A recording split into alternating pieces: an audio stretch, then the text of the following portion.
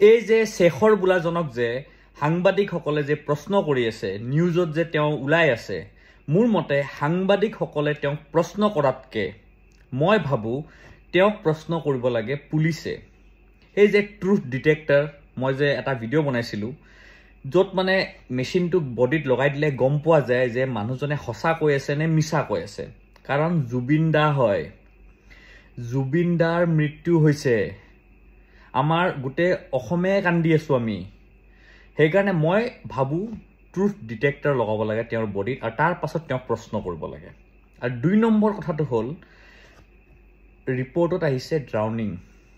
যিটো আমি দেখা পাইছো ৰিপৰ্ট ড্ৰাউনিং বুলি আছে ড্ৰাউনিং মানে মানুহজন পানীত ডুবি পেলাই ঢুকাইছে পানীত ডুবি পেলে মানুহ এজন ঢুকাব হলে কিমান দেৰি ডুবি থাকিব লাগিব কোনো দেখা নাছিল নেকি তেতিয়া বেছি একো ক'বলগীয়া নাই মোৰ অকল এটাই কথা এতিয়া প্ৰথম কথা এটাই যে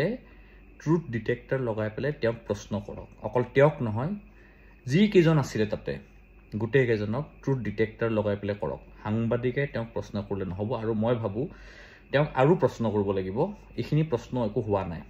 আৰু প্ৰশ্ন লাগে আমাক আৰু ট্ৰুথ ডিটেক্টৰ লগাইহে তাৰে উত্তৰবিলাক লাগে কিন্তু এনেকৈ নহয় জয় আই অসম